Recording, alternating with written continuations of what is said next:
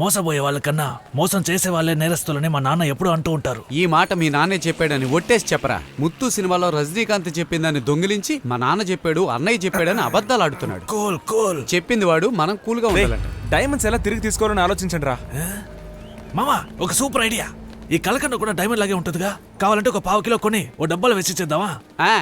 నువ్వు మాత్రమే ఒంటరిగా వెళ్ళిచ్చి చూడు. ఆ కాయకు ముక్కోడు వాడి ముక్కుతో నిన్ను పొడిచి పొడి చంపేస్తాడు. రే నోరు మూయండ్రా, నా దగ్గర సూపర్ ప్లాన్ ఒకటి ఉంది.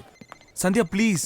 అయ్యో ఇవాళ నా వల్ల కాదు. డెడ్ లైన్స్ ఉన్నాయి, అసైన్మెంట్స్ ఉన్నాయి. సంధ్య ఇట్స్ అర్జెంట్, నువ్వు తలుచుకుంటే హెల్ప్ చేయొచ్చు. ఇదే నీ ప్లానా? అవును మావా.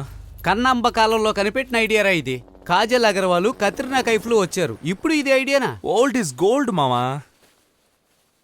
రే డబ్బు జాగ్రత్తగా చేతిలో ఉంది కదా? చేతిలో లేదు, బ్యాగ్ లో ఉంది. బ్యాగ్ చేతిలోనే ఉంది కదా? రే ఊరుకోరా, అదే ఉంది కదా.